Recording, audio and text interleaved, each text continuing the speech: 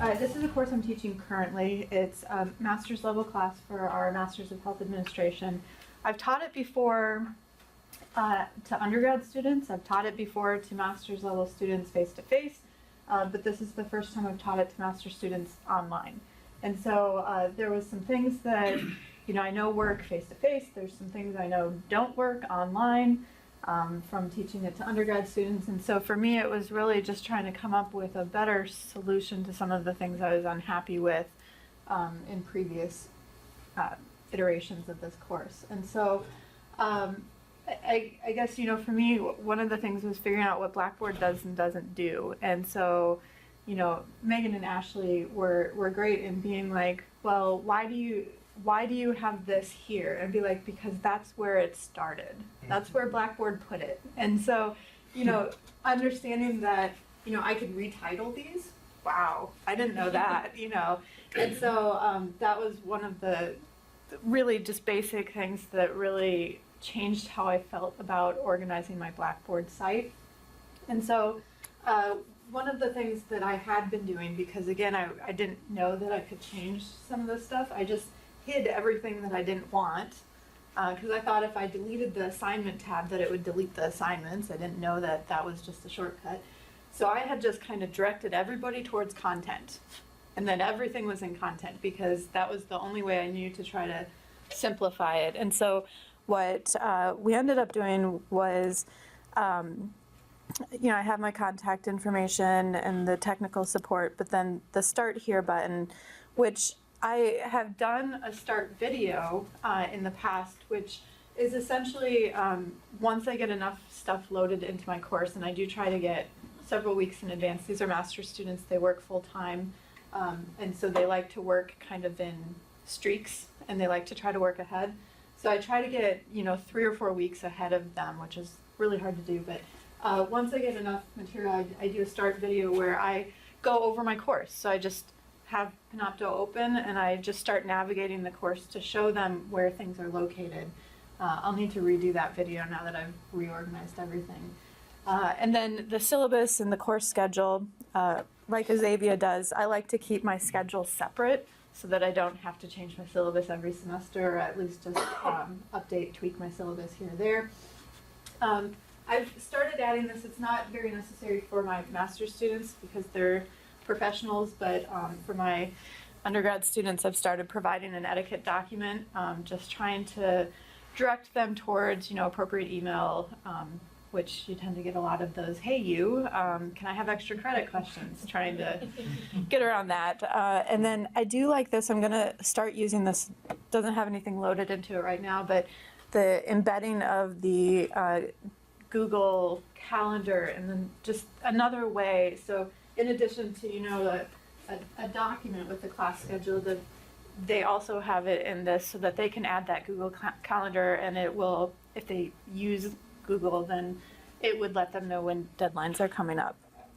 Even they don't use Google, you make a tablet so they can go to Blackboard and see this. Yes. And then I do have my rubric for discussion boards in the Start Here. And then the weekly modules, and this was, again, I had everything in this one. And so when they would go into content, they would see the syllabus, they would see the schedule, they would see the rubric, they would see the assignment folder. And now I've just really simplified it to just be the documents that are related to the week by week courses. And so I do break it up, and I do change this every semester. I like having the dates. I think that for them to see week 1, week 2, week 3 is good, but I also put the dates in, and I know I have to change it every semester, but for me, a date means a little more to me than a week 1, a week 2. And so just as an example of... Do you want to hide turn off the editing tool so they can see how nicely this little feature allows sequential presentation? And, and I could make these adaptive. I haven't done that as of now, where they could go in and, do week 2 before week 1. Depends on how much time and effort I want to put into this, making them, sequential, but I could do that.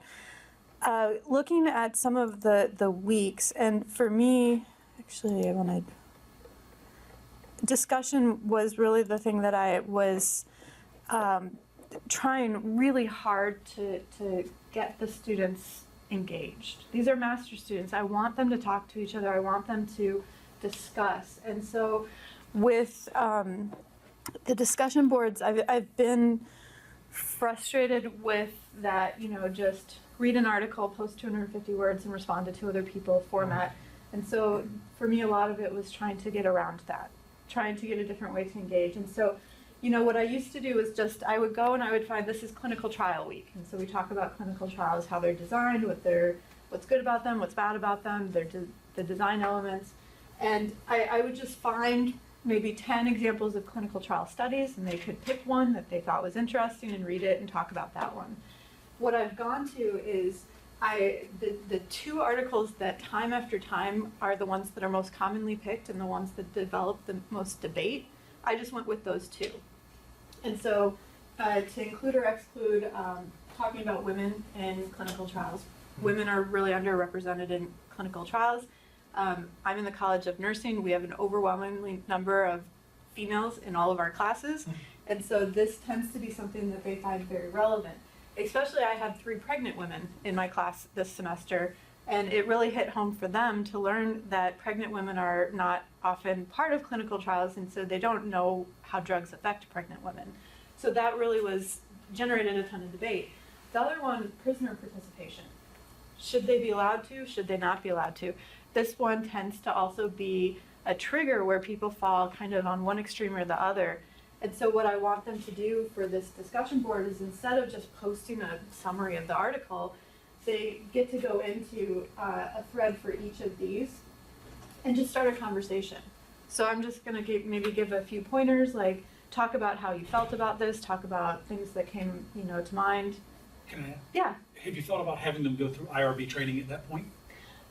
The IRB training I'm going to have to incorporate, because they do, their assignment is to write a research proposal. They don't have to do the research proposal, but I do want to incorporate IRB training. Because that addresses both of those rather heavily. I sat on IRB for 4 years, so. Yeah, and so in future semesters, that's going to be part of the program, will be the IRB. And so they, I'm not going to direct them. I'm not going to say 250 words. I'm not going to say that you have to answer these questions. I'm just going to have a prisoner thread and a women in clinical trial thread, and they go in and they start talking. They just have to participate on each of those. So that's kind of where I was more going with the discussions is, these are master students. I don't have to tell them 250 words. I shouldn't have to tell them 250 words. Sure. They should be willing to discuss and be interested enough in it to do that. And so the discussion boards was really where I felt that I needed the most improvement for the class. And, looking at everybody else's that have gone before me, there's, I'm going to investigate VoiceThread a little more this summer when I have some time. But I think what I really got out of this program was that if I just have the time, like this class really allowed me concentrated pieces of time to work on my class. I'm teaching this again next January. So I would have gotten my Blackboard shell, that first week of January, and that's when I would have started thinking about what I'm going to do for that semester. Whereas now I've already put all of the effort into thinking, how can I change this and what can I do better? And when January comes around, I'm not going to be scrambling to say, okay, how do I change those discussion boards? How do I do those discussion boards better? The class really forced me to look at it in advance. So I think that's what I really got out of this, was that I can do things differently, that there are a ton of other options. I'm gonna do that weekly, video. I usually do a weekly email, but I like the idea of a video, so I'm gonna try to incorporate that and just the ideas. So I think that's the benefit of this class for me, was trying to change just what you teach what you know. And so I've only ever taken one online class. And so I kind of just went based on the online class that I took, and you never see anybody else's Blackboard shell. You never see anybody else's syllabus. And so it's been eye-opening to see how everybody else does this. Is there any question, dilemma, you're not quite sure what will be best to do? You can ask your peers. Yeah, I like the idea of, I've not explored VoiceThread, and so I don't really know what it does, but it seems like it's, for the gender study classes that have been mentioned, it seems like a neat idea for topics that people can then voice their thoughts. That would be something I would consider going to as an alternative, but again, I don't really know much about it. And feel free to contact our department for that. Is there like anybody had any suggestion for Erin or questions? One of the things I did this semester is we used Panopto, but I used like VoiceThread. Mm-hmm. But I had the students get into Panopto and they presented something that they had to actually do. They were doing the lecture and then they had to comment on it. It was great because instead of me talking, it was them talking. And then it was it was a rubrics to grade how they did and how they responded to each other. That worked really well. So I think that's good. I have a technical question. When you go to weekly modules, it's a technical question. Where did you get the little icons that look like a little thing? I love those. I've never seen that. They are different features. They call modules instead of items. So, Erin, if you can turn your editing thing on. And what it does is, if you click on build content Build content. you see Okay. there's something called Yeah, modules. content folder. Yeah, the difference between modules and item we usually use Which is is that module it gives you a little index. Cool. So you know how Erin did 1.1, 1.2? So you give students also a learning sequence. And Well, that's what I've the used the module. folders, but I like the, because it tells you there's stuff in there. Because Yeah. you don't see like a whole bunch of stuff at once, even though they're all in this module, because the feature, it allows So when students to, then when you click on the week one, like if you turn it off and then you click on week 1, the students do get a little index on so the then they side. get this, I Yeah, love so you that. don't have like the 50 things all in that module, but it all sequence out which document belongs to which topic. The downside is So that you if have that an is article in hidden, there. I did have one student who accidentally hid it, and so this is what turned up. And she didn't know that she was There's supposed to, more. that there was more. So if you hide that, there's pages.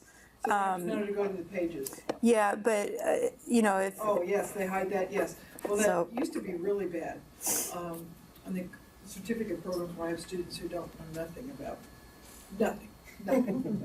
They hit that little arrow and it hide it. Well, I have no menu. What do you mean you Yeah. have no menu?